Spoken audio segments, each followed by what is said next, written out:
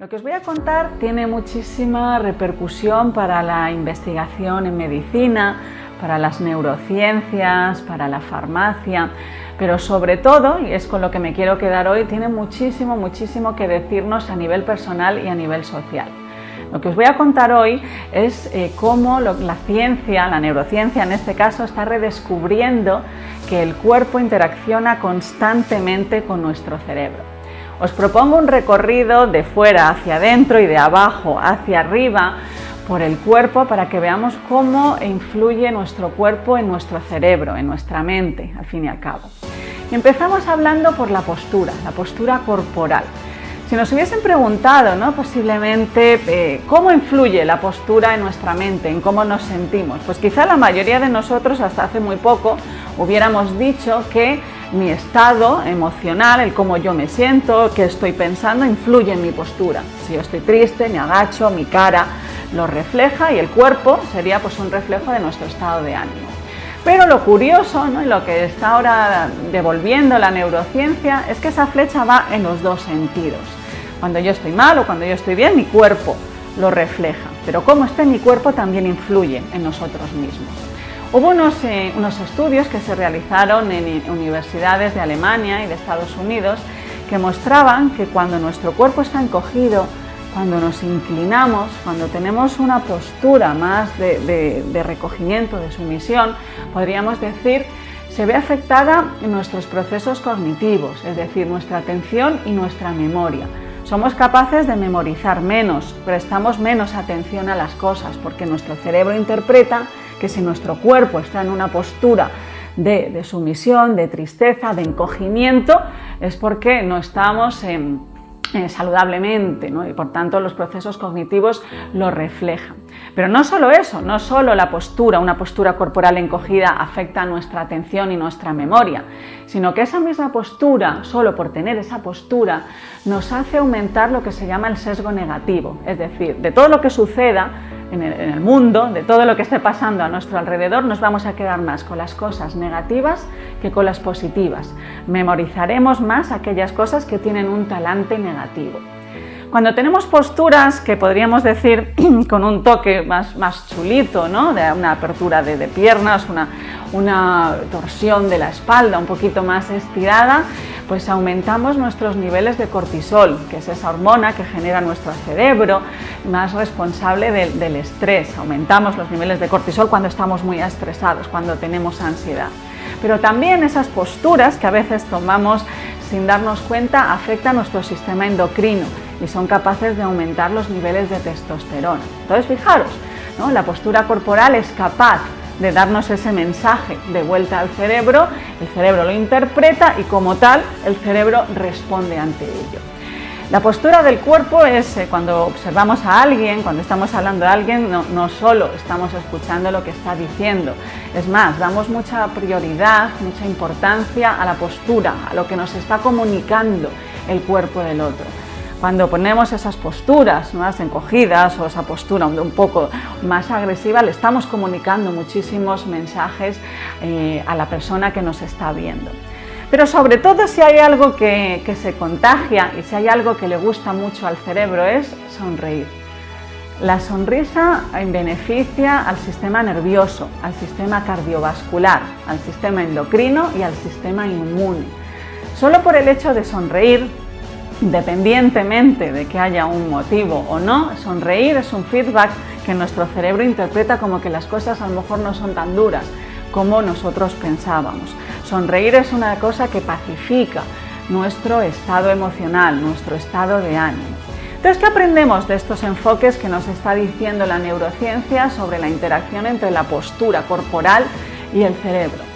Que demos cuenta a lo largo de nuestro día a día cómo está nuestra postura, que aprendamos a ser conscientes en qué postura estamos, porque eso es un mensaje que nuestro propio cerebro va a interpretar. Pero no solo eso, sino porque cuando vamos por la calle, cuando estamos en entornos, ¿no?, rodeados de mucha gente, y estoy pensando, por ejemplo, en el metro, cuando cogemos en el metro, vamos contagiándonos de esos cuerpos que muchas veces tienen posturas pues de cansancio, de estrés, de ansiedad, de apatía, ¿no? Yo invito, ¿no?, con estas investigaciones a tener cuidado, a pacificar nuestra postura y a pacificar nuestro gesto, sobre todo, a sonreír muchas más veces. Y esto es lo que nos dice la neurociencia por fuera, el cuerpo, la postura corporal. Y ahora os invito a ir hacia adentro, hacia los órganos. Cómo los órganos que habitan nuestro cuerpo influyen constantemente con nuestro cerebro.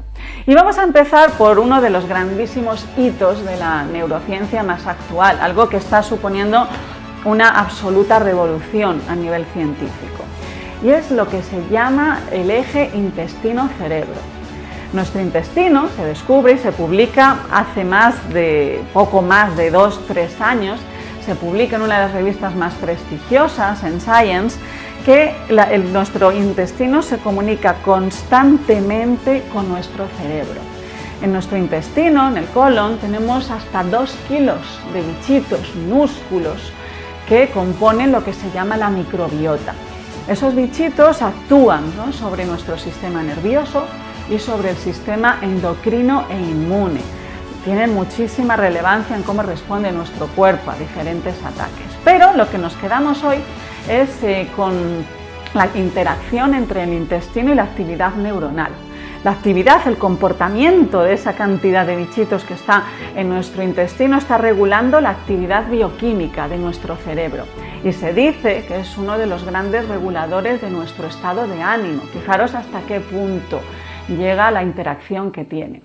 Uno de los resultados más sorprendentes que lidera sobre todo la Universidad de Cork, en el sur de Irlanda, es que nos dice que aquellas zonas del cerebro que más se ven influenciadas por el intestino son las áreas del cerebro que corresponden al cerebro social, a cómo nos comunicamos con los demás, cómo vemos el mundo, cómo interpretamos lo que está sucediendo. Fijaros, eso tiene una relevancia enorme para la psicología, para la psiquiatría, para la forma de entendernos, ¿no?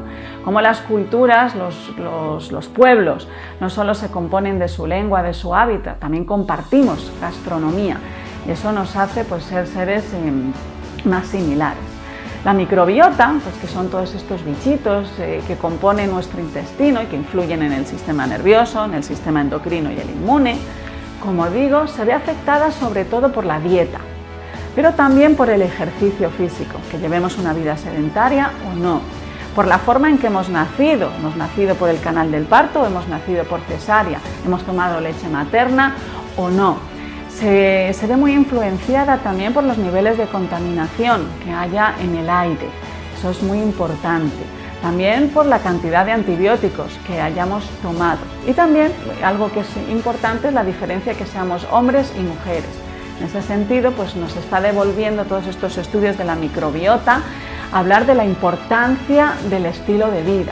Fijaros, ahí cuál es el mensaje. Nuestro cerebro se alimenta de lo mismo que nos alimentamos nosotros. Como la microbiota parece ser ese espejo que refleja cómo es nuestro estilo de vida y como tal se lo comunica al sistema endocrino, al sistema inmune y al sistema nervioso, pues estos descubrimientos nos hacen plantearnos y cuidar muchísimo los estilos de vida que llevamos y tomar hábitos más saludables, no solo por nuestra salud, por así decirlo, física, sino porque todo eso con vías directas e indirectas está influyendo en nuestra mente.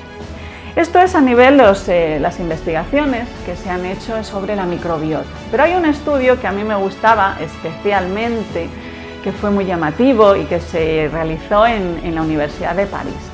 En este estudio lo que hacían era medir los campos electromagnéticos, la energía, la electricidad que genera nuestro intestino y la que genera nuestro cerebro. Utilizando una serie de herramientas matemáticas bastante complejas, querían saber si el cerebro interacciona sobre el intestino o si era el intestino el que se comunicaba con el cerebro. Es decir, querían poner una flecha a esa línea de comunicación del eje intestino y el cerebro. Y sorprendentemente, y algo que a mí me encantó y me entusiasmó, porque pues, he sido siempre una grandísima defensora de que es todo el cuerpo y no el cerebro solo, pues celebré el día que se publica que aquellos resultados matemáticos daban que la interacción iba del intestino al cerebro. Es el intestino el que parece mandarle mensajes al cerebro. El cerebro lo integra, el cerebro recibe todo lo que está pasando en nuestro cuerpo y al final parece que tenga la última palabra. Pero lo curioso es que nos hacía replantearnos la influencia del intestino, la influencia, ¿qué me están diciendo mis tripas? ¿Quién toma las decisiones? Es una de las grandes preguntas que tiene ahora la neurociencia, ¿no? Creo que estos resultados invitan a cuidar muchísimo la dieta, a cuidar el ejercicio físico, a cuidar los entornos, los aires que respiramos, a cuidar al fin y al cabo lo que es nuestro estilo de vida. Ese es el primer mensaje que nos manda los estudios de la interacción del eje intestino-cerebro. Y sigamos, vamos un poquito más arriba, llegamos a la respiración, vamos a los pulmones. ¿Influye la respiración en el cerebro? Esto es curioso, ¿no? Porque en otras tradiciones orientales, ¿no? La gente que viene del yoga, de la meditación, de la medicina tradicional china, cuando hablo con ellos y les transmito mi entusiasmo, ¿no? Porque la ciencia está demostrando que la respiración influye sobre el cerebro. Pues claro, me miran así un poco sorprendidos diciendo, pero si hace ya 2000 años que lo sabíamos, ¿no? La ciencia pues le está dando un nombre, le está poniendo imágenes, creo que está haciendo un papel importante de difundir estas bondades. Pero al fin y al cabo lo que está viendo es lo que ya se sabía, que la respiración es un poco la llave a moldear nuestros estados mentales. Hace pues también poco más de 3 años se publica en la revista Science, un estudio de una universidad estadounidense, publica que se descubre la vía anatómica por la cual el cerebro sabe cómo estamos respirando. Sabe si yo estoy inspirando, si estoy expirando, si lo estoy haciendo por la nariz o lo estoy haciendo por la boca, si es simétrica por ambas narinas o no.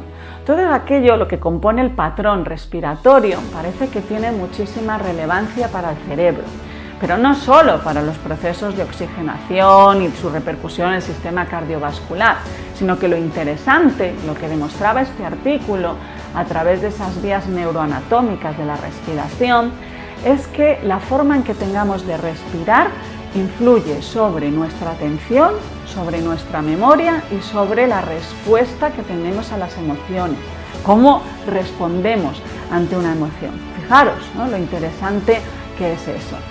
Una de las pistas que nos daban estos artículos y que es algo pues que nos vale a nosotros, ¿no?, para poder pues trabajar nuestra atención, para trabajar nuestra memoria, pero también para regular las emociones, que muchas veces pues nos sentimos un poco llevados por una emoción que a veces es excesiva.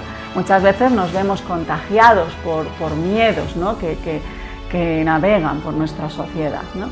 Pues una de las pistas, como decía, que nos daba este artículo es la importancia de aprender a respirar, de respirar más por la nariz que por la boca. Eso tiene muchas ventajas a nivel físico, luego hablaremos de las ventajas que supone a nivel cerebral, pero sobre todo nos habla de observar nuestra respiración, de dar cuenta cómo estamos respirando a lo largo del día.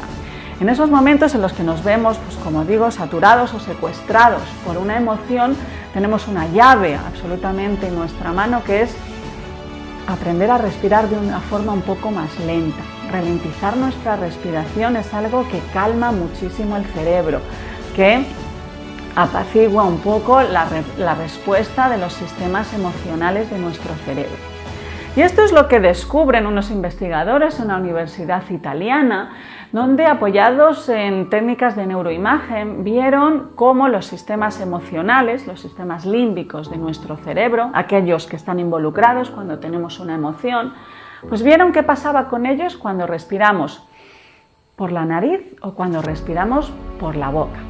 Pues a lo que llegaron los investigadores, también algo que ya se conocía desde hacía siglos, es que es la respiración nasal la que puede conseguir un amortiguamiento de los sistemas emocionales, es la que podría conseguir calmarnos. Fijaros, y eso es muy importante porque yo creo, al menos en los muchísimos años, ¿no?, que yo he estado estudiando, a mí nadie me ha enseñado nunca en la universidad en 20 años a respirar, y creo que eso pues debiera ser una asignatura que se incluya, no sé si en la universidad o al menos en las educaciones primarias, aprender a respirar ser más consciente de nuestra respiración. Cuando estamos respirando por la nariz, sobre todo cuando vivimos en entornos, en ciudades pues muy ajetreadas, que tienen mucha contaminación, al respirar por la nariz, las diferentes capas que componen mi mucosa hacen que se filtre un poco la suciedad que viene en el aire. Esa ya es una gran ventaja para nosotros, pero sobre todo la que más podemos utilizar en ciertos momentos es aprender a respirar por la nariz para intentar calmarnos. Eso tiene una ventaja, ralentizar nuestra respiración. Que sepamos, lo que nos dice ahora la neurociencia, es que tenemos a nuestro alcance pues una de las grandes llaves para moldear pues nuestras respuestas emocionales, para poder moldear también la respuesta cognitiva de nuestro cerebro, nuestra atención y nuestra memoria. Eso es la respiración.